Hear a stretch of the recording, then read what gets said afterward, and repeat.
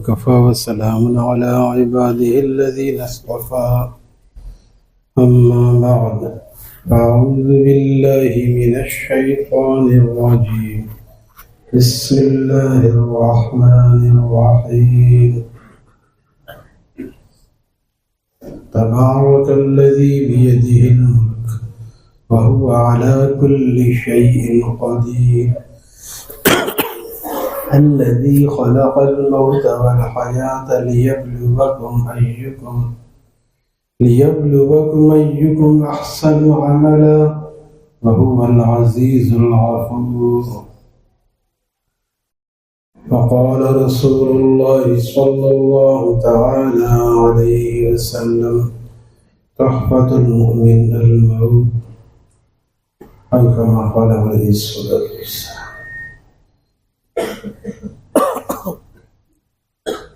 بتا رہے ہیں مولانا صاحب جائیں گے، بچے نظر آتے نہیں، ان کے بھی بچے ہیں ماشاءاللہ، صاحب اولاد ہیں جنہوں نے بھی قرآن پڑھا. یہ جو ہے اچھی عمر کے عالم ہے. ایسا بھی ہوتا ہے کہ بعض دفعہ داڑھی نہیں آتی. ہمارے کراچی میں بھی ایک ساتھی ایسے ہیں کہ اصل قرآن کے فاضل ہیں، ابھی تک یعنی 10 سال ہو رہے فاضل ہوئے ہیں، ابھی تک ان کی داڑھی نہیں آئی. اللہ کی مصلحت ہے. ہمارے حضرت فرماتے تھے جنت میں داڑھی نہیں آئے گی، یہ لوگ ایڈوانس جنتی ہیں، جنت میں داڑھی نہیں آئے گی. حضرت فرماتے تھے یہاں داڑھی رکھ لو، جنت میں داڑھی نہیں آئے گی نہیں، وہاں منڈانے کی ضرورت نہیں پڑے گی. یہاں جب اللہ تعالیٰ نے دی ہے یہ نعمت تو مرد بننا چاہیے. اللہ تعالیٰ نے مردوں کو داڑھیوں سے زینت بخشی. یہ کس کا کلام ہے؟ ہمارے اور آپ کے آقا کا کلام. اللہ تعالیٰ نے مردوں کو زینت بخشی داڑھیوں سے. سبحان من زین الرجال باللحیٰ. اللہ تعالیٰ نے مردوں کو زینت بخشی داڑھیوں سے. والنساء بالذوائب، اور عورتوں کو زینت بخشی بالوں سے. مفتی رشید احمد صاحب رحمہ اللہ تعالیٰ کو الحمدللہ میں نے بہت قریب سے دیکھا، بہت عرصے حضرت کے بیانات سنے. اس وقت بالکل میں نوجوان بچہ تھا، 15-16 سال کا. تو حضرت فرماتے تھے آج کل تو لگتا ہے فرشتوں کی یہ جماعت جو تسبیح پڑھتی ہے بیکار ہی بیٹھی ہے. مرد داڑھی منڈا رہے ہیں، عورتیں بال کٹا رہی ہیں. عجیب معاملہ ہو گیا. خرد کا نام جنو رکھ دیا، جنو کا خرد. جو چاہے آپ کا حسن کرشمہ ساز کرے. غیروں کو دیکھ کر مسلمان چلنے کا اتنا عادی ہو گیا، فیشن کو فوراً اپناتا ہے. ہم یہاں سے گاؤں تک جاتے ہیں، یہاں ان کا گاؤں ہے، ہمارے دوست ہیں ساتھی، ان کا وہاں اوکاڑا میں رتا کھنہ نام سے پتہ چل رہا ہے گاؤں ہے رتا کھنہ. تو وہاں پہ بھی فیشنی بال رکھنے والے مل جاتے ہیں. فیشن وہاں تک پہنچ گیا جہاں تک ابھی تک پوری طرح سہولیات نہیں پہنچی، اور سنت شہروں میں بھی نہیں. کرنا چاہیں تو پتہ کریں، کرنا ہی نہیں چاہتے. ادھر سے بال چھوٹے ادھر سے بڑے. اب دیکھیے صرف مدرسے کے طلباء جو ہیں ان کے لیے ہم لوگ کوشش کرتے ہیں کہ مدرسے کے طلباء سنت و شریعت کے مطابق ان کے بال بھی رہیں، گال تو رہتے ہی ماشاء اللہ. تو نقالی اچھی چیز نہیں ہے. اگر نقل کرنی ہے تو آقا دو جہاں صلی اللہ علیہ وسلم کی نقل کریں، مدینہ پاک والے کی نقل کریں. یہ نقل پاک ہے. ہمارے شیخ فرماتے تھے نقل تو کرو گے یا تو فنکار کی کرو گے یا اداکار کی یا گلوکار کی، سرکار کی نقل کیوں نہیں کر لیتے؟ سرکار کی نقل کارآمد ہے اور ساری نقلیں بیکار ہیں. غیروں کی نقلیں بیکار ہیں، اور آقا کی نقل ایسی ہے کہ اللہ تعالیٰ اپنا محبوب بنا دیتے ہیں. قل ان کنتم تحبون اللہ فاتبعونی طبیعہ کیا چیز ہے؟ ہمارے حضرت والا کے صاحبزادے حضرت مولانا حضرت صاحب اللہ تعالیٰ ان کو صحت و عافیت سے حیات دے، حیات میں برکت عطا فرمائے. وہ فرماتے طبیعہ کہتے ہیں اونٹنی کے بچے کو. چھوٹا سا بچہ، تو بچہ جیسے ماں کے پیچھے چلتا ہے، اونٹنی کا بچہ بھی اپنی ماں کے پیچھے چلتا ہے بغیر پوچھے ہوئے، قطع نظر اس کے کہ اماں کہاں جا رہی ہے. تو اتباع اس کا نام ہے کہ بغیر پیچھے سوچے سمجھے اتباع کریں. بس میرے آقا نے فرما دیا مجھے تو اسی طرح کرنا ہے. لیکن آج ہم یہی معاملہ فیشن کے ساتھ کرتے ہیں، اور فیشن یہی تو ہمیں اسی طرح چلنا ہے، چاہے اللہ ناراض ہو، اللہ کا رسول ناراض ہو، ہمیں اس سے غرض نہیں ہوتی. اللہ تعالیٰ ہمیں وہ محبت اپنی عطا فرما دے جو ابھی زبان پر ہے.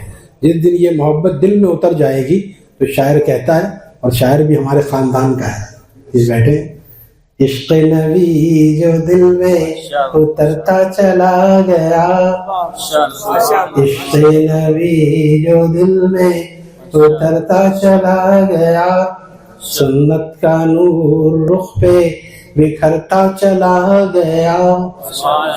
جب عشق نبی اترے گا تو سنت کا نور بکھرے گا، ایسا ہو نہیں سکتا۔ کچھ نہ کچھ اس کی جڑ میں کمزوری ہے ابھی، جب وہ جڑ پکڑ جائے گا، اسی کو بنیاد پرستی کہتے ہیں، بنیاد پرست۔ بنیاد، مسلمان تو بنیاد پرست ہوتا ہے۔ ہمیں صرف اماں ابا کا نہیں، نانا دادا اور دادی اور کس کس کا نام یاد ہے۔ یہ جو بنیاد پرست نہیں ہوتے ان کو ابا کا بھی نام نہیں پتا ہوتا ہے۔ کیا ان کی حیثیت ہے بیچارہ؟ جبھی تو مسلمانوں کے پیچھے پڑے ہوئے کہ ہم تو ڈوبیں گے صنم، تم کو بھی لے ڈوبیں گے، جیسے ہم ہیں غیر حلالی، تم کو بھی ایسے ہی بنانا چاہتے ہیں۔ اللہ کا شکر ہے کہ مسلمان ابھی بھی کتنے گئے گزرے دور میں بھی الحمدللہ ان چیزوں کا خیال رکھتا ہے، وہ جانتا ہے کیا حلال ہے کیا حرام ہے۔ تو ایک بہت بڑے فکر میں ہم بیٹھے ہیں یہاں پر۔ یہ جو میں نے آیت تلاوت کی ہے، صبح سے میں تلاوت کر رہا ہوں، ابھی تک اس کی شرح نہیں، ابھی اس کی شرح ہی کر دوں۔ کئی جگہ تلاوت کر چکا ہوں، تبارک الذی بیدہ الملک۔ یہ بیچ میں جگہ خالی ہے، کس کے لیے رکھی ہے؟ ادھر آؤ نا، وہ داؤد وہاں اتنا قریب بیٹھ رہا تھا، ابھی اتنا دور بیٹھا ہوا۔ دور بیٹھنے سے فائدہ ہوگا، جتنا ہو سکے قریب ہو کے بیٹھو گے۔ قریب جلتے ہوئے دل کے اپنا دل کر دے، یہ آگ لگتی نہیں ہے لگائی جاتی ہے۔ آپ بیٹھے نا، آپ کو کون بلا رہا ہے؟ آپ ادھر سے یہاں نیچے بیٹھے، آپ یہاں بیٹھیں گے تو نیچے بیٹھنے والے کو نظر نہیں آئے گا، جس کو بلا رہے ہیں اس کو آنا چاہیے۔ جو کرسی والے وہ پیچھے بیٹھتے ہیں تو نیچے والوں کو آسانی رہتی ہے، اس لیے ہم کرسی والوں کو قریب نہیں بلاتے، بغیر کرسی والوں کو قریب بلاتے ہیں تاکہ کرسی والوں کو دور سے نظر آئے، بغیر کرسی والے اور ہر ایک کو دیکھنا۔ ہمارے شیخ نے فرمایا ہم اوپر کیوں بیٹھتے ہیں؟ کیا ہم اپنے آپ کو افضل سمجھتے ہیں؟ جو ایسا سمجھے گا کہ میں افضل ہوں تو اللہ کی نگاہ سے گر جائے گا، اللہ کی نگاہ میں ارذل ہو جائے گا، پھر اس کا بیٹھنا کیسے جائز ہوگا؟ ایک مقصد کے تحت کہ اوپر اس لیے بیٹھے ہیں تاکہ ہم آپ کو دیکھیں، آپ ہمیں دیکھیں۔ اب نیچے بیٹھ جائیں تو ہر آدمی جھانک جھانک کے دیکھے، اونچا پچک کے، مزہ ختم ہو جائے۔ اس لیے اوپر بیٹھا جاتا ہے تاکہ مقرر کو لوگ دیکھیں اور مقرر لوگوں کو دیکھے۔ اور یہ ہے خواجہ صاحب فرماتے میں کشو یہ تو میں کشی، رندی ہے میں کشی نہیں، میں کشو یہ تو میں کشی، رندی ہے میں کشی نہیں، آنکھوں سے تم نے پی نہیں، آنکھوں کی تم نے پی نہیں۔ اس لیے آنکھ کھول کے دیکھیں اور اس کا تاثر بھی دیں ماشاءاللہ سبحان اللہ سے، تاکہ پتہ چلے کہ مقرر کسی قبرستان میں اذان نہیں دے رہا۔ ہمارے حضرت والا نے یہ سب سکھایا۔ ہم لوگ شعر پڑھتے تھے، لوگ ایسے بیٹھے، فرمایا بھائی داد دو شعر کو، شاعر تم سے پیسے تو مانگ نہیں رہا ہے، لہٰذا شعر کو داد تو دو، سبحان اللہ ماشاءاللہ۔ ایسا حضرت نے بتایا کہ آج تک یہ چل رہا ہے، اور لوگ داد دیتے کیونکہ انہیں پتہ شاعری ہوتی ہے ایسی کہ شاعر جب اپنا خون جلاتا ہے کس لیے جلاتا ہے؟ پیسے کمانے کے لیے تھوڑی، اپنا درد نکال کے پیش کرتا ہے، پھر لوگ کہتے ہیں ماشاءاللہ سبحان اللہ۔ ابھی ہمیں کچھ عرصے پہلے وہاں نواب شاہ کا سفر تھا، وہاں پہ بھی لوگ خاموش بیٹھے۔ میں نے کہا بھائی آپ خاموش بیٹھیں گے تو شعر ہٹا دیں گے، شعر نہیں سنوائیں گے، کیونکہ شاعر جو سنا رہا ہے نعت خواں اس کا بھی حق ہے، وہ کیا سمجھے گا کہ کوئی سننے والا ہی نہیں، لہٰذا اگر آپ داد نہیں دیں گے تو وہ شعر نہیں سنوائیں گے، اور آپ داد دیں گے آپ کو ثواب ملے گا۔ سبحان اللہ پڑھنے پہ ثواب ہے یا نہیں؟ ایک سبحان اللہ کا کیا ثواب ہے کل آخرت میں پتہ چلے گا۔ حضرت سلیمان علیہ السلام کا واقعہ مشہور ہے، تبلیغ میں بیان کیا جاتا ہے، اس لیے مشہور ہے کہ اس نے سبحان اللہ کہا حضرت سلیمان علیہ السلام کا تخت دیکھ کر، تو سلیمان علیہ السلام کو اللہ تعالیٰ نے آواز پہنچا دی، پھر اس کو بلایا ہوا کے ذریعے اور بلا کے حاضر کیا، کسی پولیس کی ضرورت نہیں تھی، ہوا کے ذریعے بلا کے کیا کہا تم نے؟ وہ ڈر گیا، پتہ نہیں میں نے سبحان اللہ کہا کہ بھائی تم نے سبحان اللہ جو کہا ہے دیکھو، اس لیے کہا ہے میں نے کہ میں نے آپ کا تخت دیکھا، اللہ کی تعریف کی کہ اللہ تعالیٰ نے آل داؤد کو کیا فضیلت بخشی ہے، کس طرح تخت پہ اڑے چلے جا رہے ہیں۔ اس وقت میں تو گاڑی کا تصور بھی نہیں تھا، ہوائی جہاز کی پہلی تصویر اللہ تعالیٰ نے پیش کر دی۔ ہوائی جہاز 6 لاکھ آدمی بٹھا سکتا ہے، 6 لاکھ آدمی کو بٹھا کے داؤد علیہ السلام سلیمان علیہ السلام جاتے تھے، تو اللہ تعالیٰ کی قدرت دیکھیے۔ اور اوپر سے جب دھوپ ہوتی تھی تو پرندے پر پھیلائے ہوئے پرندے سایہ کرتے تھے اس میں، یہ اللہ کی قدرت ہے، اسی لیے سبحان اللہ کی۔ تو اس آدمی حضرت سلیمان علیہ السلام نے کہا کہ داؤد کا بیٹے کا تخت اور یہ سب ختم ہو جائے گا، تیرے سبحان اللہ کا ثواب ہمیشہ باقی ہے۔ لیکن پھر میں کہتا ہوں سبحان اللہ ہا کے ساتھ کہے، ہم لوگ کہتے ہیں سبحان اللہ سبحان اللہ، سبحان اللہ کا کوئی مطلب نہیں ہے، سبحان اللہ۔ قاری صاحب لوگ بیٹھے ہوئے ہا نہیں نکالیں گے۔ ایک بچے کو پڑھا رہے تھے وہ تو کہنے اماں نے حلوہ بھی بھیجا تھا، گھر میں ٹیوشن پڑھا رہے تو وہ کہنے بیٹا ہا نکالو، حلوے والی ہا نکالو حلق سے۔ تو وہ اماں سمجھی کہ حلوہ ختم ہو گیا، قاری صاحب اس کے حلق سے نکلوا رہے ہیں۔ کہنے لگے کہ میں آپ کو اور بھیج دوں، قاری صاحب آپ اس کے حلق سے حلوہ نہ نکلوائیں، یہ حلوے والی ہا یہاں سے نکلتی ہے۔ الحمدللہ رب العالمین۔ اکثر ابھی دیکھیے اذان تکبیر یہ اس میں تجویز صحیح ہونی چاہیے۔ یہاں میں اکثر مسجدوں میں دیکھ رہا ہوں کوئی بھی آ کے اذان دے دیتا ہے، کوئی بھی تکبیر، اس کے لیے خاص آدمی جو جس کو شوق ہو۔ ہماری مسجد میں ایک صاحب آئے، وہ بیمار رہتے تھے، بیمار لوگ سمجھتے ہیں چلو یہ کر لے شاید اللہ صحت دے دے، ٹھیک ہے بھائی۔ تو میں نے ان کو بلایا، میں نے کہنے مجھے اذان دینی ہے، تو مؤذن صاحب کو منع ہے کہ ہر ایک کو اجازت نہیں دے سکتے۔ میرے پاس آئے کہ انہوں نے کہا تم سے اجازت لو۔ میں نے کہا آپ کی داڑھی تو پوری ہے نہیں، آپ اذان کیسے دیں گے؟ ٹھیک ہے میں داڑھی رکھوں گا۔ داڑھی واقعی رکھ لی اس نے، دن کا پکا، میں نے ویسے ہی واجب ہے آپ رکھ لیں، بیمار رہتے ہیں، رکھ لی انہوں نے۔ اب داڑھی رکھ کے دوبارہ آئے کہ میں اب اذان دے سکتا ہوں۔ پھر مجھے خیال آیا، اسے مجھے خیال بھی نہیں آیا تھا، پھر مجھے خیال آیا آپ کی تجوید درست ہے، آپ سنائیے ذرا۔ پتہ چلا تجوید درست نہیں، اب یہاں اٹک گئے۔ اب تجوید درست کریں گے تب اذان دے سکیں، ورنہ ہم آپ کی دلجوئی کریں اور شریعت کے حکم کی خلاف ورزی کریں۔ آپ کا دل چاہ رہا تو آپ اس قابل بنائیے اپنے آپ کو، آپ اس قابل بنائیے کہ آپ ہا اور عین نکال سکیں۔ یہ لوگ جو ایسے اذان دیتے حی علی الفلاح، فلاح کا کیا مطلب ہے مولانا؟ فلاح کا مطلب کامیابی ہے، فلاح کا مطلب کچھ نہیں ملے گا، لا ہے نا فلاح، اور اسی پہ چھوڑ دیتے۔ حی علی الفلاح ہا ہے، فلاح کا مطلب دونوں جہانوں کی کامیابی، دونوں جہانوں کی کامیابی ملے گی۔ تم آؤ اللہ کے دربار میں، اللہ تعالیٰ کچھ لینے کے لیے نہیں بلا رہے، کچھ دینے کے لیے بلا رہے ہیں۔ کہاں بھٹک رہے ہو تم؟ کہاں بھٹک رہے ہو؟ ملامت کرتا ہے مولا نہ کچھ الزام دیتا ہے، جو اس کے در پہ جھک جائے معافی عام دیتا ہے۔ یہ نہیں کہ اب آئے ہو 60 سال کی عمر میں بازا ہر آنچ ہستی بازا، گر کافر و گبر و بت پرستی بازا۔ اب تو باز آ جاؤ، کافر رہے، گبر کا مطلب کیا مطلب ہے؟ ڈاکو رہے، گبر بت پرستی، بت پرست رہے، اب بھی آ جاؤ۔ ای درگہ ماں درگہ نومیدی نیس، 100 بار اگر توبہ شکستی بازا۔ 100 بار بھی توبہ ٹوٹ گئی، دوبارہ آ جاؤ، ہم تو معاف کرنے کے لیے تیار ہیں، ہماری طرف سے تاخیر ہے، ہم صحیح سے معافی نہیں مانگتے۔ تو میں نے عرض کیا یہ بندے کا شعر ہے، ملامت کرتا ہے مولا نہ کچھ الزام دیتا ہے، جو ان کے در پہ جھک جائے معافی، جو اس کے در پہ جھک جائے معافی عام دیتا ہے۔ کوئی مغفرت کا چاہنے والا کہ میں بخشوں، یہی آواز وہ دن رات صبح و شام دیتا ہے۔ شعر و شاعری ہے، اپنی طرف سے کہہ رہا ہوں، مسلم شریف کی روایت ہے، اللہ تعالیٰ کی رحمت ہاتھ پھیلائے ہوئے دن بھر انتظار کرتی ہے کہ رات کا گناہ گار آئے اور توبہ کرے۔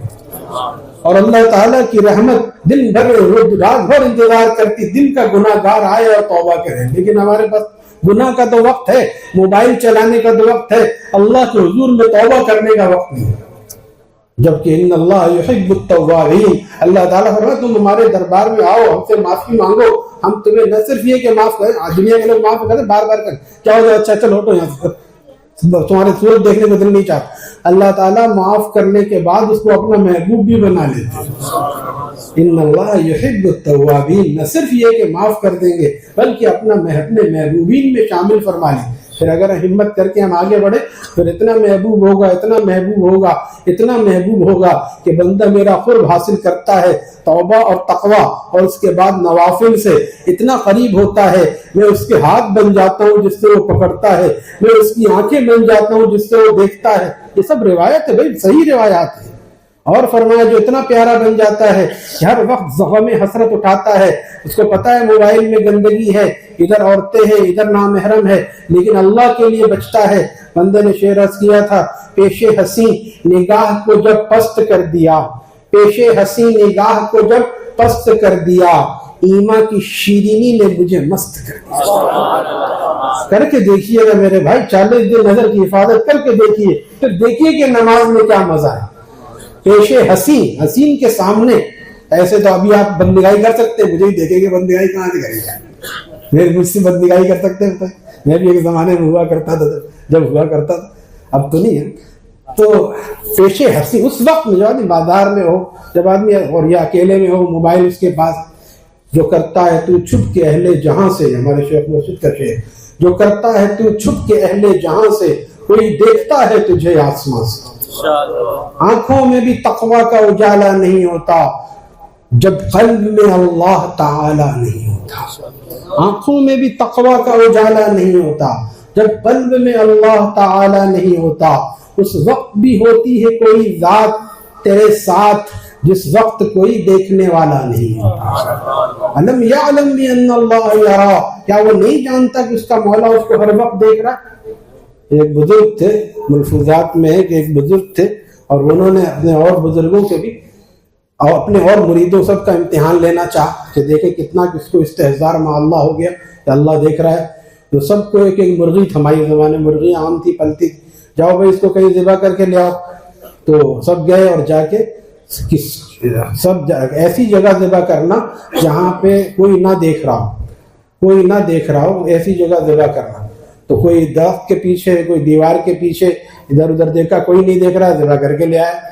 ایک آیا، اس نے کہا کہ حضرت کیا کروں، میں جہاں بھی جاتا ہوں ایک ذات دیکھ رہی ہے، میں ویسے ہی زندہ لے آیا. مفتی رشید احمد صاحب کے بقول میں کہتا ہوں، تجھے تو لگ گیا مسالہ، باقی سارے رہ گئے ایسے ہی. تجھے تو لگ گیا مسالہ.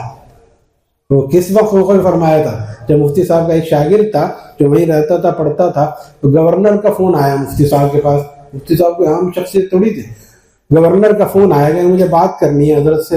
اس نے کہا حضرت آرام فرما رہے ہیں. تو پھر وہ بھول گیا. دوسرے تیسرے دن اس نے مفتی صاحب کو بتایا کہ حضرت معافی چاہتا ہوں. وہ سمجھا مجھے ڈانٹ پڑے گی، پرسوں فون آیا تھا گورنر کا، میں اس دن تو بھولا، کل بھی بھولا، آج تک میں بھولا، آج بتا رہا ہوں، معافی چاہتا ہوں. مفتی صاحب اتنے خوش ہوئے، شاباش شاباش، تجھے تو لگ گیا یہاں کا مسالہ. دل میں دنیا نہیں ہے، اگر دل میں دنیا ہوتی تو سوتے ہوئے شیخ کو اٹھا دیتا. حضرت وہ گورنر کا فون آیا، گورنر کیا بیچتا ہے حضرت اور اولیاء اللہ کے سامنے. تو اس مرید کو مسالہ لگا جو زندہ مرغی لے کے آیا. یعنی ایسا استحضار ہو جائے کہ ہر جگہ ہمیں اللہ تعالیٰ دیکھ رہے ہیں، ہر جگہ اللہ تعالیٰ دیکھ رہے ہیں. لیکن ابھی ہم اس مقام پہ پہنچے نہیں. اللہ سے مانگتے رہے، یا اللہ ہمیں ایسا وہ مقام عطا فرما دی، ان تعبد اللہ کأنک تراہ، کہ ہم ایسی عبادت کریں گویا کہ ہم اللہ کو دیکھ رہے ہیں. گویا تو آ جائے کم از کم. کاف کی حضرت فرماتے کاف کی پٹی وہاں کھلے گی، یہاں کأنک ہی رہے گا کیونکہ یہاں دیکھ نہیں سکتا. حضرت صاحب فرماتے جو ان کو دیکھ لیتے ہم تو پھر کیا زندہ رہ جاتے. نگاہ اولی ہے دل، نگاہ واپسی ہوتی.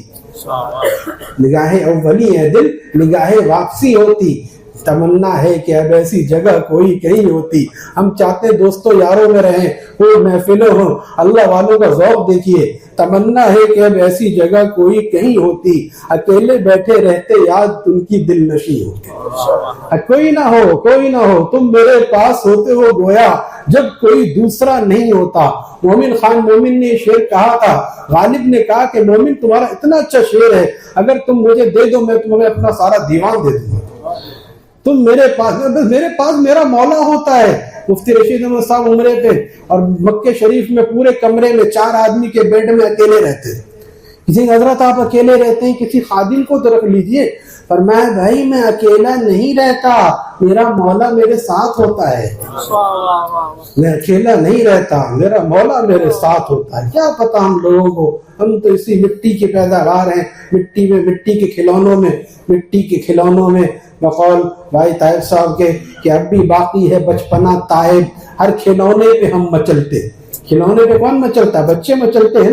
یہ جو ہم مچل رہے ہیں پتہ چلا ہم بھی اندر سے بچے ہی ہیں. ہم بچوں پہ ہنستے، یہ 150 روپے کی گاڑی اور غبارے کے لیے مچلتے. ہم بھی تو رنگین غباروں کے لیے مچل رہے ہیں.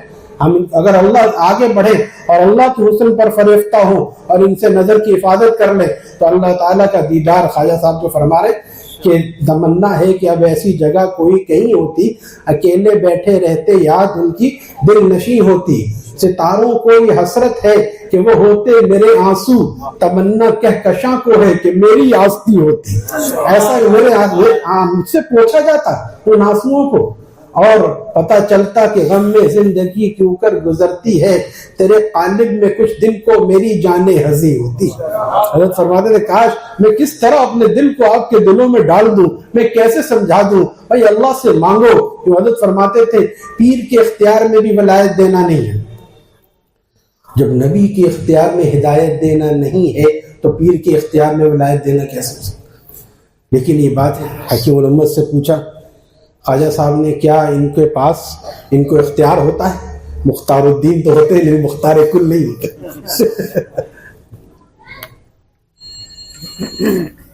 الحمدللہ اللہ والوں کے نام میں ہی مزہ۔ تو کیا یہ مختار ہوتے ہیں کہ ولایت دے دیں جب ان سے کوئی بیعت ہو جاتا ہے؟ فرمایا نہیں، اختیار تو مکمل نہیں ہے ان کو، لیکن عادت اللہ یہی ہے کہ جب کوئی ان کے پاس بیٹھتا ہے فائدہ حاصل کرنے کی نیت سے استفادے کے لیے تو اللہ تعالیٰ فضل فرما ہی دیتے ہیں۔ بالکل ایسے جیسے 100 جوڑے ہیں یہاں پہ، جتنے 100 جوڑے ہیں تو اکثروں کے 97-96 اولاد ہے، 2-3 کے نہیں ہوتی، یہ مقدرات ہے۔ اسی طرح 100 آدمی جو ایک پیر صاحب کے پاس آتے ہیں اللہ والے کے پاس تو ضرور تعلق میں اللہ سے نوازا جاتا ہے۔ اگر کوئی اپنے اندر ہی بنجر پر نہ ہو، اب اس کے اندر خود ہی خرابی ہے تو اس کو چاہیے کہ حکیم صاحب سے علاج کرائے۔ ہمارے اندر خرابی ہے تو ہم پوچھیں تو صحیح شیخ سے، ہم پوچھتے بھی نہیں ہاں کس لیے آئے ہو؟ حضرت گنگوئی کے پاس ایک صاحب رہے 10 سال، کوئی فائدہ نہیں ہوا، پوچھا کس لیے آئے تھے؟ کہا اسی لیے کہ آپ سے اللہ کا نام سیکھ لوں گا تو دوسروں کو بھی بتاؤں گا۔ پہلے ہی خلافت کی نیت کر کے آئے تھے، کہاں سے ملے گا؟ پہلے تو مٹانے کے لیے آؤ۔ بت تقدس کا گرانے سے خدا ملتا ہے، اپنی ہستی کو مٹانے سے خدا ملتا ہے، اپنی ہستی کو مٹانے سے خدا ملتا ہے، صرف گفتار سے حاصل نہیں ہوتی منزل۔ گھڑی دکھاؤ نا، بولا پھر بیٹھے ہو، گھڑی آپ لوگ سامنے لگاتے نہیں، ابھی عشاء کی اذان ہو جائے گی پھر ہم کیا کریں گے؟ ادھر بھی ایک گھڑی ہونی چاہیے۔ بت تقدس کا گرانے سے خدا ملتا ہے، اپنی ہستی کو مٹانے سے خدا ملتا ہے، صرف گفتار سے حاصل نہیں ہوتی منزل، جان کی بازی لگانے سے خدا ملتا ہے، جان کی بازی لگانے سے خدا ملتا ہے۔ اور رونے والے تو محرم میں بہت روتے ہیں، رونے والے تو محرم میں بہت روتے ہیں، کیا فقط اشک بہانے سے خدا ملتا ہے؟ کیا فقط اشک بہانے سے خدا ملتا ہے؟ اور بے نیازی سے تو حاصل نہیں ہوتا بت بھی۔ بتائیے شادی کرنے کے لیے کتنا خرچ کرنا پڑتا ہے؟ 1-8 لاکھ میں شادی ہو جاتی ہے آپ کے؟ ہمارے یہاں تو 5 لاکھ کم از کم لگتے ہیں۔ کتنا پیسہ جمع کرنا پڑتا ہے، اچھی نوکری نہیں ہے تو نہیں ملے گا، اچھا اپنا گھر ہونا چاہیے، نوکری تو بے نیازی سے تو حاصل نہیں ہوتا بت بھی، شیخ کے ناز اٹھانے سے خدا ملتا ہے۔ اللہ ایسے مل جائے گا، تمہیں ایک لڑکی نہیں مل رہی ہے مرنے اور سڑنے والی لڑکی، اور تو اللہ ایسے مل جائے گا؟ اللہ ملنے کے لیے بھی کچھ ناز اٹھانے پڑے، شیخ کی ڈانٹ ڈپٹ سننی پڑے گی۔ آج لوگ نہیں بہت ڈانٹتے، بہت سخت مزاج کے لگتے، ہاں اور بھی تو کہیں اور چلے جائیں، چلے جاؤ۔ نہ لو نام الفت جو خودداریاں ہیں، بڑی ذلتیں ہیں بڑی خاریاں ہیں، بڑی ذلتیں ہیں بڑی خاری، نہ لو نام الفت، الفت کا نام بھی لیتے ہیں پھر کہتے ہیں ڈانٹتے۔ ڈانٹ سے، اللہ والوں کی ڈانٹ سے مرید کی ڈینٹ نکلتی ہے سر۔ جب خدا نہ خواستہ گاڑی کہیں لگ جاتی ہے ہماری اور کہیں اس میں ڈینٹ پڑ جاتا ہے، ہم کیا کرتے ہیں؟ ڈینٹر کے پاس لے جاتے ہیں، ڈینٹسٹ کے پاس نہیں، ڈینٹر کے پاس، ڈینٹر الگ ہوتا ہے ڈینٹسٹ، کام دونوں کو ایک ہی اکھاڑ پہنچا، تو اس کے پاس لے جاتے ہیں ڈینٹر کے پاس۔ اب وہ کیا کرتا ہے؟ اب کو دیکھو بھائی بہت مہنگی گاڑی ہے، 35 لاکھ کی گاڑی ہے، اس کو ہتھوڑا تو نہ لگاؤ۔ وہ کہے گا دماغ صحیح ہے، ہتھوڑا لگے گا، پیچ کا ہتھوڑا لے کے آ کے پھر، کیونکہ وہ اور پہلے وہ مارے گا لیکن اس کے بعد اس پہ صحیح سے پینٹ بھی کرے گا، تو اس لیے اسی طرح اصلاح ہوتی ہے۔ ورنہ اگر وہ کہے کہ آپ پھول سے صحیح کر دیں، روئی سے صحیح کر دیں، صحیح نہیں ہوگا۔ اصلاح کرنے کے لیے ڈینٹ پر ہتھوڑے لگانے پڑیں گے۔ جب ہمارے اخلاق میں خرابی آتی ہے تو مشائخ کو اختیار دینا چاہیے۔ آپ چاہیں مرغا بنا دیں سب کے سامنے، انڈا تو ہم نہیں دے سکتے، مرغا بنا دیں، مرغا بنانے پہ تو اختیار ہے، انڈا نہ دینے کو نہ کہیے گا ہمیں۔ لیکن یہ کہنا بھی آسان نہیں ہوتا۔ حضرت والا میر صاحب پہ ڈانٹ لگاتے تھے، سب پہ نہیں لگاتے تھے، کو پتا ارے آدمی برداشت نہیں کر سکتا۔ مفتی رشید احمد صاحب رحمۃ اللہ تعالیٰ کے پاس ان کے خاص خلیفہ ہوتے تھے، ابھی بھی ہیں بڑے ہو، تو وہ انہوں نے ایک آدمی نے کہا جو نظر آپ کی ان پر پڑتی ہے اگر مجھ پر بھی پڑھنے لگے تو مزہ آ جائے، جو فلانے مولانا پہ پڑتی ہے، جو آپ کے خاص شاگرد اور مرید خاص ہیں، فرمانے لگے اس کی تمنا نہ کریں، ان پر اور بھی بہت کچھ پڑتا ہے جو آپ برداشت نہیں کر سکتے۔ خالی ایسی خالی نظر پڑتی ہے، نظر کے ساتھ بعض دفعہ ایسے حالات سے گزارا جاتا ہے. تو حضرت فرماتے تھے نفس مٹتا ہے، تھوڑی سختی کرنی پڑتی. ابھی ہم نے چائے پی، اب چائے میں آپ چینی ڈالیں اور کہیں دیکھو بھائی چینی کو تکلیف نہ ہو، چمچ سے ایسا کرتے مرغی کے پر سے ہلا لیتے تو چینی حل ہو جائے گی. اچھا موم بتی سے ہلا لیتے، موم بتی تھوڑی، تو موم بتی جا کے گرم چائے میں خود حل ہو جائے. کیسا اسٹینلیس اسٹیل کا چمچ ہونا چاہیے کہ جس سے کھرر کھڑے کی آواز آئے. پھر جب چینی اپنے وجود کو مٹاتی ہے پھر چائے میں مٹھاس پیدا ہو. اسی طرح مرید جب اپنے وجود کو مٹاتا ہے تب اس کی ہستی میں مٹھاس پیدا ہوتی ہے. پھر اس کو بلانا نہیں پڑتا، لوگ خوب بھاگے چلے آتے ہیں. کباب کی خوشبو ایسی ہے کہ جب وہ کسی گھر میں بنتا ہے، ہمارے فرماتے تھے کہ کباب اگر فریج میں رکھا ہو تو خوشبو نہیں آئے گی، فریج سے نکالو اس کو جیسے ہی تیل میں ڈالا تو پڑوسی سب کی خوشبو آ جاتی ہے. ہندو بھی کہہ رہا ہے بوئے کباب مارا مسلمان کر. ارے گائے کے کباب کی خوشبو نے تو مجھے مسلمان کر دیا ہے، میرا بھی دل چاہ رہا ہے میں گائے کے کباب کھاؤں. تو یہ کیوں ہو رہا ہے؟ کیونکہ کباب تلا جا رہا ہے، اس کے جگر کو گرم تیل پار کر رہا ہے. جب اس مجاہدے سے وہ گزرتا ہے تو اس کی خوشبو بتا دیتی ہے کہ یہ کباب یہاں پہ تلا اور بھنا جا رہا ہے. اسی طرح جب کوئی جلا بھنا دل کہیں پر رہتا ہے تو اس کو آواز دینی نہیں پڑتی، لوگ خود بخود اس کی طرف کھینچے چلے جاتے ہیں. لہذا ہمیں اللہ سے مانگنا چاہیے، ایسا درد مانگنا چاہیے، ایسا درد دل مانگے اور اللہ والوں کے ساتھ رہے اور اصلاح کرانے کے لیے ارادہ کریں کہ مجھے بھی اپنی اصلاح کروانی ہے. صرف بیٹھنے سے نہیں ہوتا.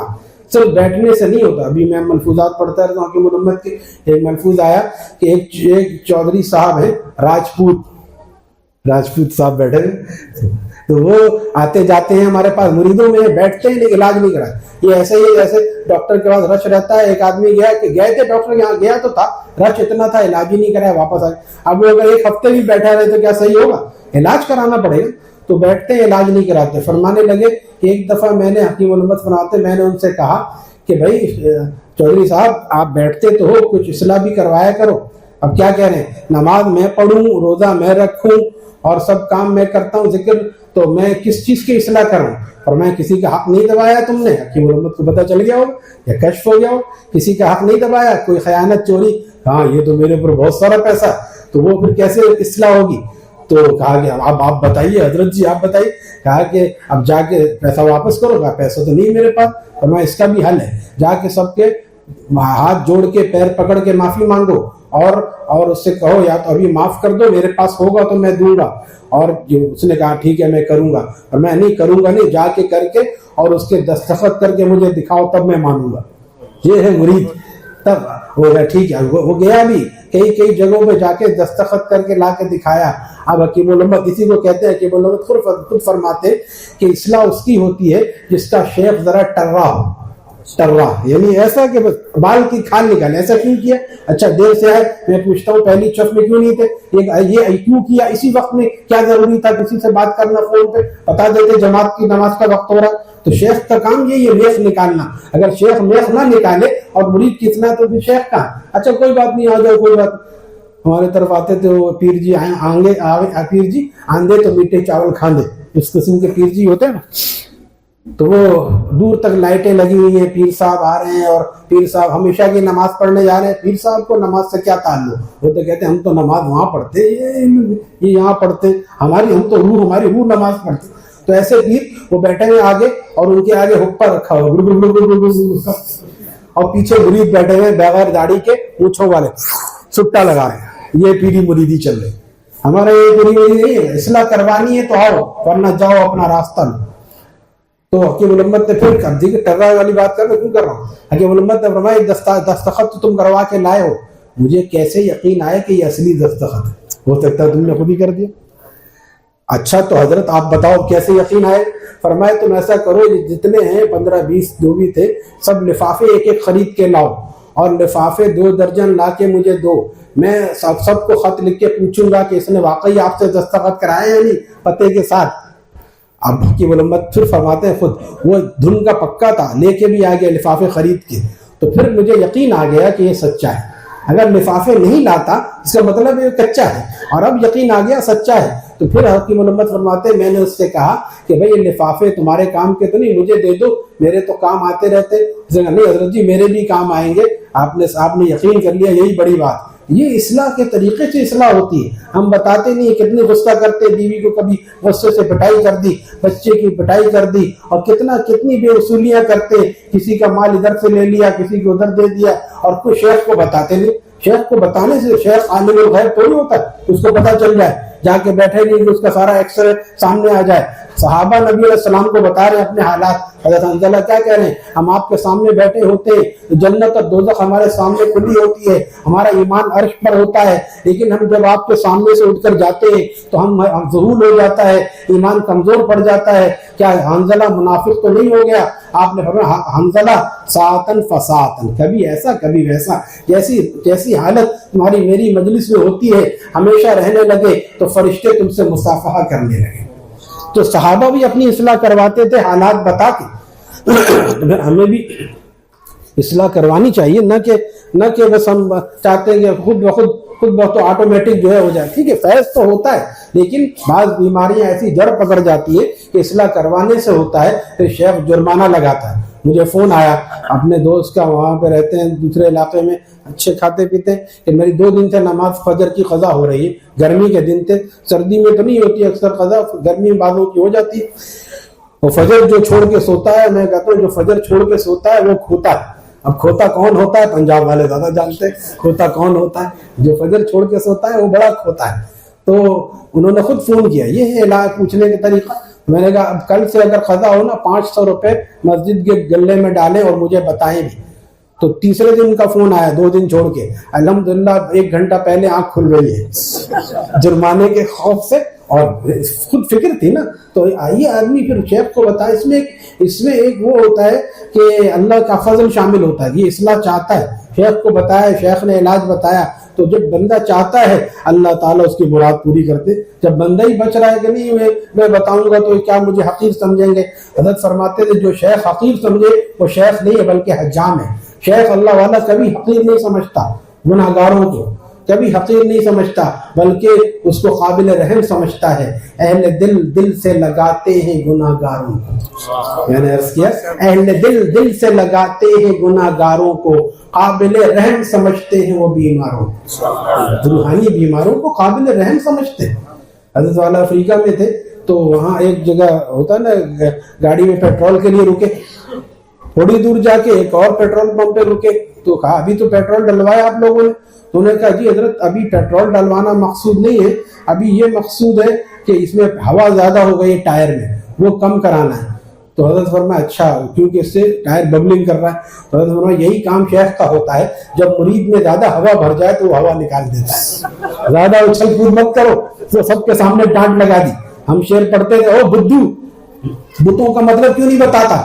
اب اثر جون پوری کو جو ڈانٹ پڑ رہی ہے تو پسینے تو آتے یہ، لیکن ظاہر سی بات یہ کرنے سے ہی اللہ ملتا ہے۔ آدمی کا دیکھو ساری بھری بزم میں ہماری ڈانٹ لگا دی، ہماری انسلٹ کر دی، انسلٹ نہیں ہے، وہی بات ہے نہ لو نام الفت۔ اور خواجہ صاحب دوسرے کا فرماتے کہ عشق میں ذلت بھی عزت ہو گئی، عشق میں ذلت بھی عزت ہو گئی، لی فقیری بادشاہت ہو گئی، لی فقیری بادشاہت ہو گئی۔ فقیری لی تھی نا جب حضرت تھانوی کا انتقال ہو گیا، علامہ ندوی، مفتی محمد شفیع صاحب جیسے لوگ، حضرت مولانا امرتسری جیسے لوگ، مولانا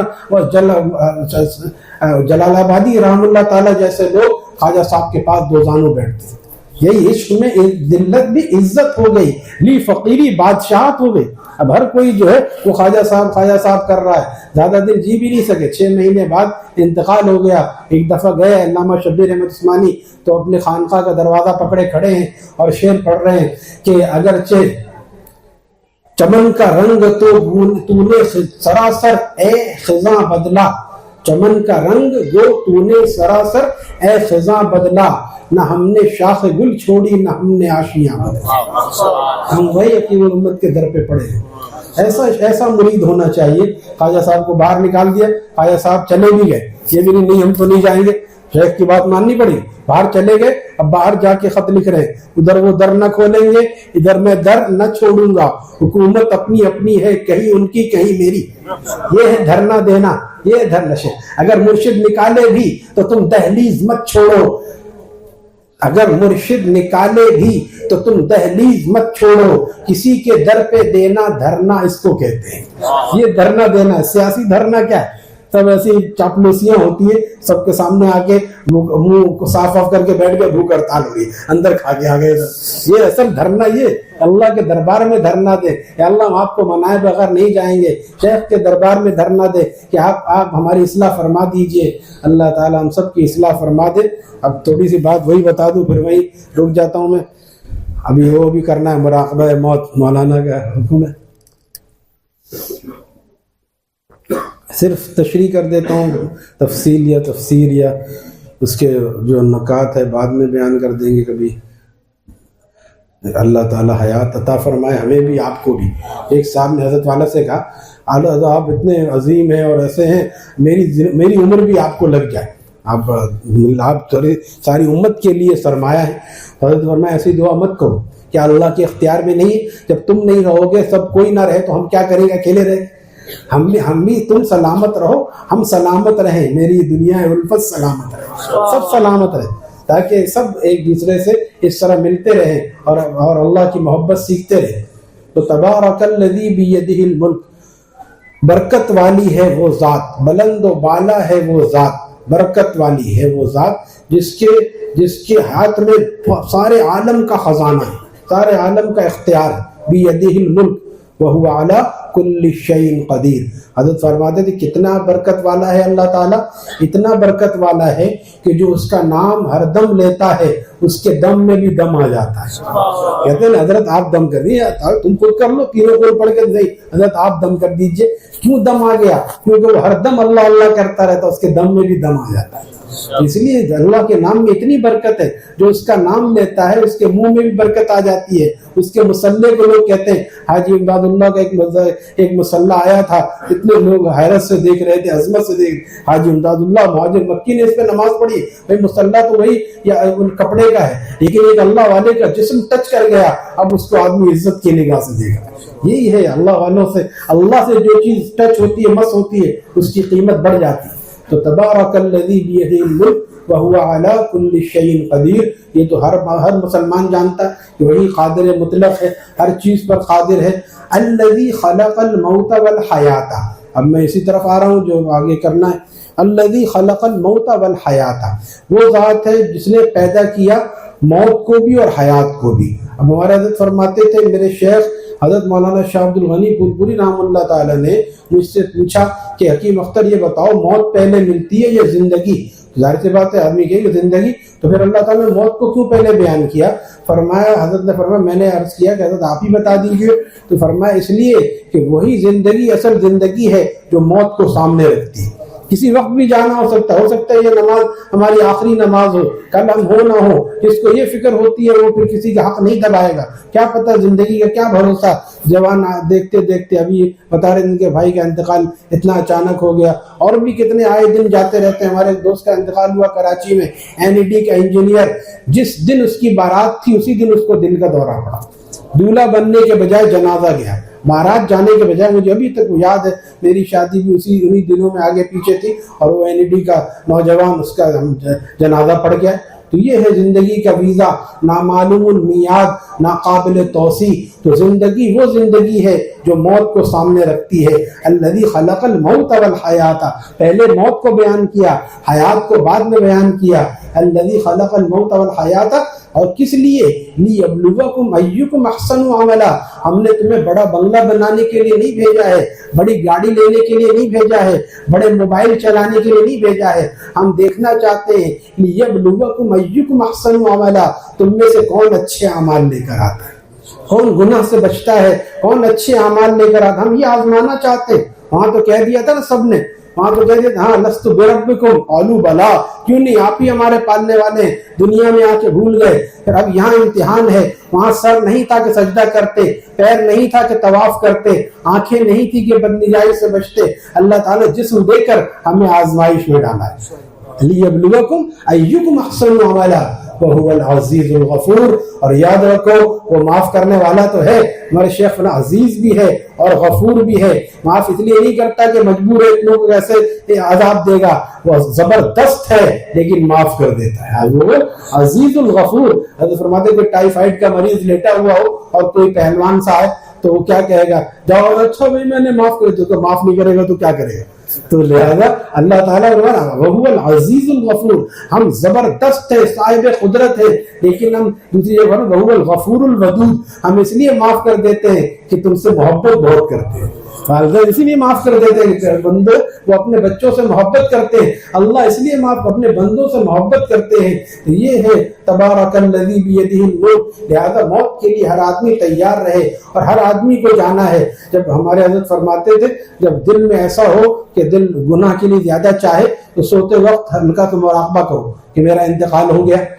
ہونا ہے بھی سب کا یہی ہونا ہے. ابا بننا پتہ نہیں، دادا بننا کچھ یقینی نہیں، لیکن موت کا آنا یقینی.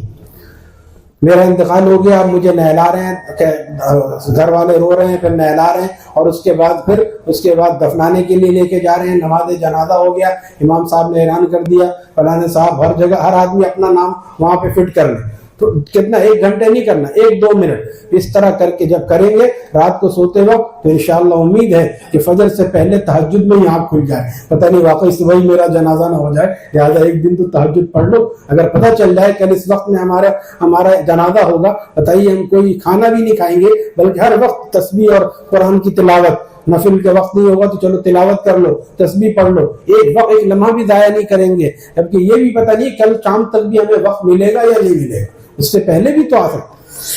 لہذا کوشش کریں کہ روزانہ اس کا خاص کر جوان لوگ جو بوڑھے ہیں، حضرت فرماتے ہیں بوڑھے لوگ زیادہ توجہ سے نہ کریں ورنہ ان کا دل مسئلہ نہ ہو جائے، گھبراہٹ سے دل کا مسئلہ ہوتا ہے. ان کو چاہیے یہ مراقبہ کریں اس عارضی زندگی کا مصافحہ ایک دائمی زندگی سے ہونے والا ہے. موت کا ذکر ہٹ گیا درمیان سے.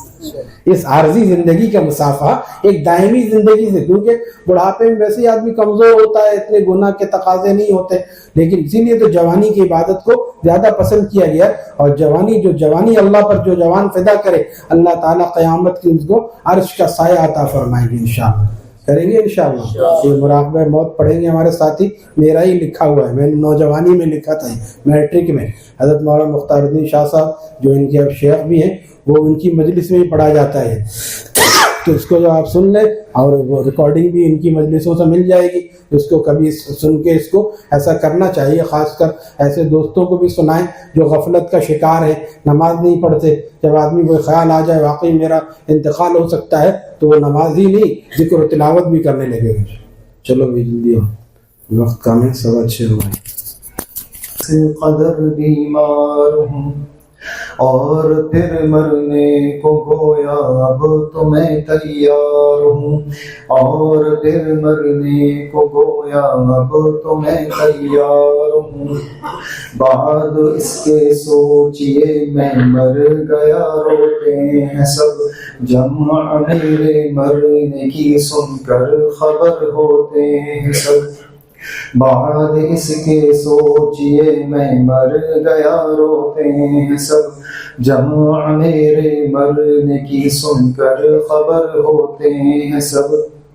مجھ کو تختے پر لٹایا اور نہلانے لگے، پھر کفن کچھ لوگ مل کر مجھ کو پہنانے لگے.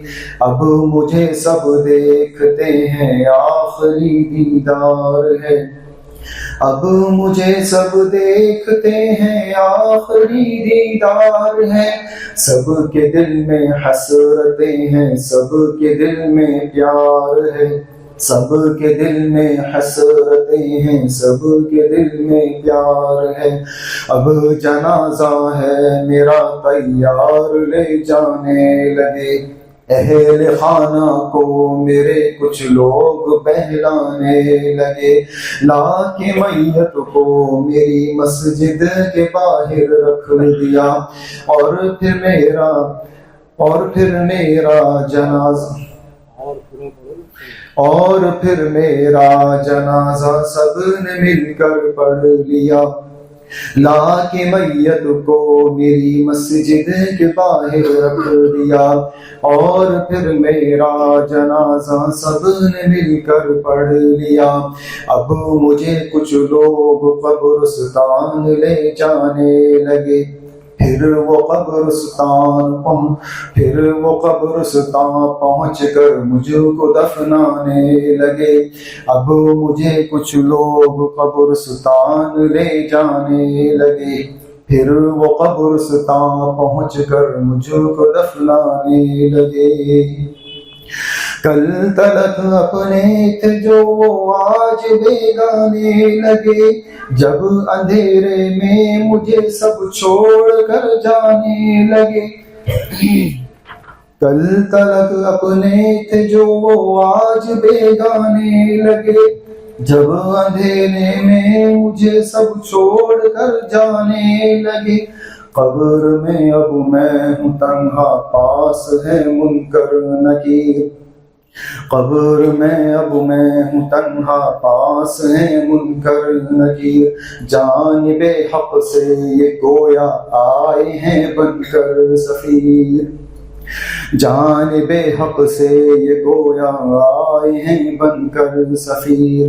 اب انہوں نے جو کیا مجھ سے اثر کوئی سوال، اب انہوں نے جو کیا مجھ سے اثر کوئی سوال۔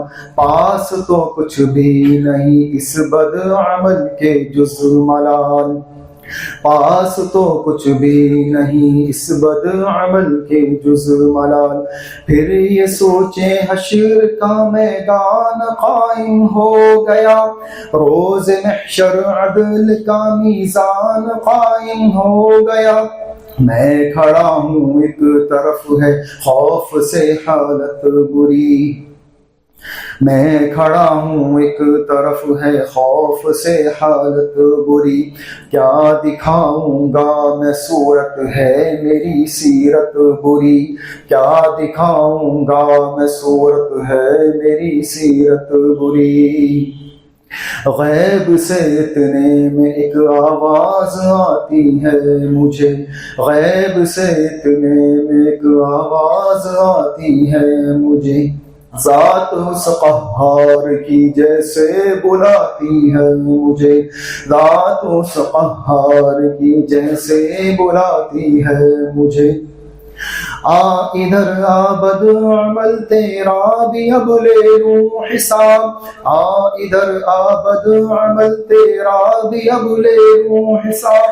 کھول نالائق ذرا اعمال کی اپنی کتاب، کھول نالائق ذرا اعمال کی اپنی کتاب۔ اب سوالوں سے میں ان کے ہو گیا ہوں لاجواب، اب سوالوں سے میں ان کے ہو گیا ہوں لاجواب۔ خلد میں جانا کجا یہاں ہو گیا ہے حکم عذاب، خلد میں جانا کجا یہاں ہو گیا حکم عذاب۔ اب فرشتوں کے لیے ہوتا ہے ارشاد حق، ڈال دو دوزخ میں اس کو تاکہ حاصل ہو سبق۔ اب فرشتوں کے لیے ہوتا ہے یہ ارشاد حق، ڈال دو دوزخ میں اس کو تاکہ حاصل ہو سبق۔ زندگی بھر یہ برے اعمال کرتا ہی رہا، زندگی بھر یہ برے اعمال کرتا ہی رہا۔ عالم فانی کی رنگینی پہ مرتا ہی رہا، عالم فانی کی رنگینی پہ، عالم فانی کی رنگینی پہ مرتا ہی رہا۔ اور ستم اس پر کہ خود کو باعمل کہتا تھا یہ، اور ستم اس پر کہ خود کو باعمل کہتا تھا یہ۔ اپنی ہی تعریف میں شعر و غزل کہتا تھا یہ، کیا خبر اس کو نہیں تھی ایک دن پیشی بھی ہے، عقبہ اس کا گھر ہے یہ دنیا میں پردیسی بھی ہے، کیا خبر اس کو نہیں تھی ایک دن پیشی بھی ہے۔ عقبہ اس کا گھر ہے یہ دنیا میں پردیسی بھی ہے، اس نے اپنی عاقبت تو خود ہی کر لی ہے تباہ، اس نے اپنی عاقبت تو خود ہی کر لی ہے تباہ۔ سن کے یہ باتیں جھکی ہے شرم سے میری، سن کے یہ باتیں جھکی ہے شرم سے میری نگاہ۔ لوگ سارے دیکھتے ہیں مجھ ذلیل و خوار کو، لوگ سارے دیکھتے ہیں مجھ ذلیل و خوار کو، خاسر و بدبخت کو، بدکار کو، لاچار کو، خاسر و بدبخت کو، بدکار کو، لاچار کو۔ اب سوائے حسرت و افسوس کے کیا کیجیے، اب سوائے حسرت و افسوس کے کیا کیجیے، اے اثر اس بات کو ہر روز سوچا کیجیے، اے اثر اس بات کو ہر روز سوچا کیجیے۔